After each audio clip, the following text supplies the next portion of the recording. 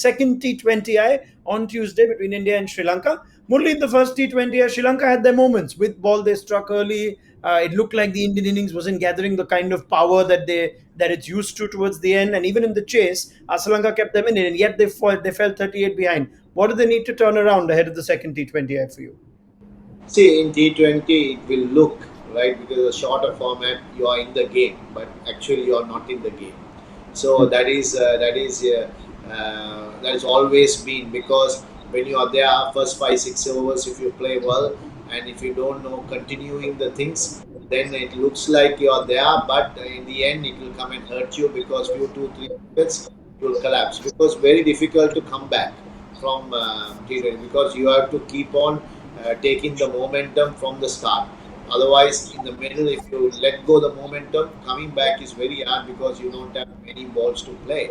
So that's the one they have to realize when you are chasing a target 164, you have to go by every 5 overs what they have to the batsman do, and the messages should go and batsmen are come and do the things what at the time you need. Whether you lose your wicket or doesn't matter, you have to go for the target because otherwise you will miss in the end because the run rate will creep up to 10 to 12 to 13 to 14. Then you try hard and you lose wickets and you lose like 30 runs. So that's what happened today. I like what Murli says there, Akash. It may look like they're actually into the game, but in reality, they're not. Now, from the evidence of that first T20I, is there a significant gap in quality between both teams? I thought Sri Lanka might be more competitive in the shorter format.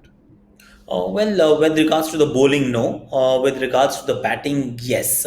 Bowling, I think it's almost Steven Stevens. Of course, you'll get a bit more quality and experience in the Indian setup, but rule Sri Lankan bowling out at your own peril. Chamira was brilliant. Hasaranga is decent. You've got Akila Dhananjay. He may have been a little expensive, but then he has the skills. He's got the craft. But when you talk about the batting, one thing is hurting them very badly right through this tour. There was one inning that Avishka played beautifully, got I think man of the match in the last ODI, fantastic. But then every time you'll end up talking about him that a couple of wickets have fallen, you are looking set. Don't throw your wicket away, but he does that every time. So there is a pattern that he always gets off to a great start and then just throws it away. ODI. You look at then you're looking at Lanka. So there's no batting depth in between. So Dhananjay had just one little innings in between, but he's been playing all the games. You got to get some runs from somewhere else, and that is where I think you are right in saying that there is an apparent gulf between these two sides as far as the batting quality and the experience is concerned. In which case, Murli, would you recommend that Sri Lanka? Well, it's only one T20I, so I don't think you'd recommend changes. But would it serve them better to bat first, perhaps, and bat freely without scoreboard pressure? Um, yeah, sometimes because when the batters are not batting well and they are finding difficult, chasing is always hard. So bat first and put some runs in.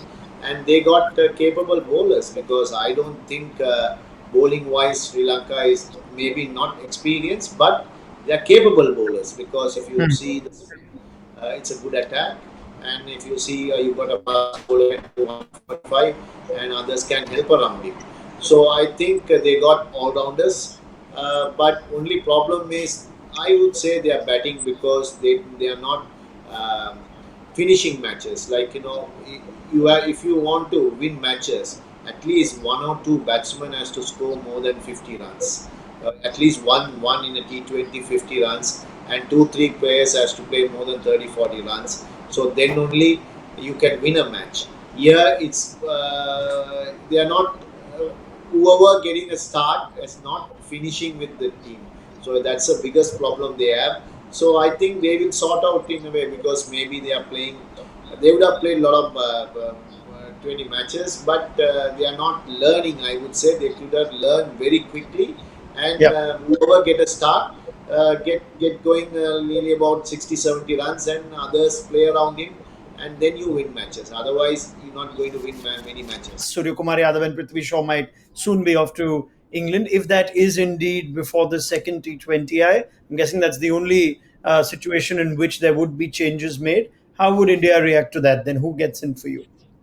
There is Devdutt Padikkal, there is Ruturaj Gaikwad. They are both on this in this touring party. They've not had a game yet. Nitish Rana is another guy who got a game in the last ODI. Was batting at number seven, completely off position. So you've got a few options, and that's the thing with these COVID times, that you've got plenty of options to choose from. And so India has got there's no dearth of options. Whoever plays has played enough for IPL cricket at least to make a mark, or at least be competitive. So yes, whenever they go, we don't know when they do. But if they were to go in the middle of the series, they're not available for the next game. India will have the replacements ready.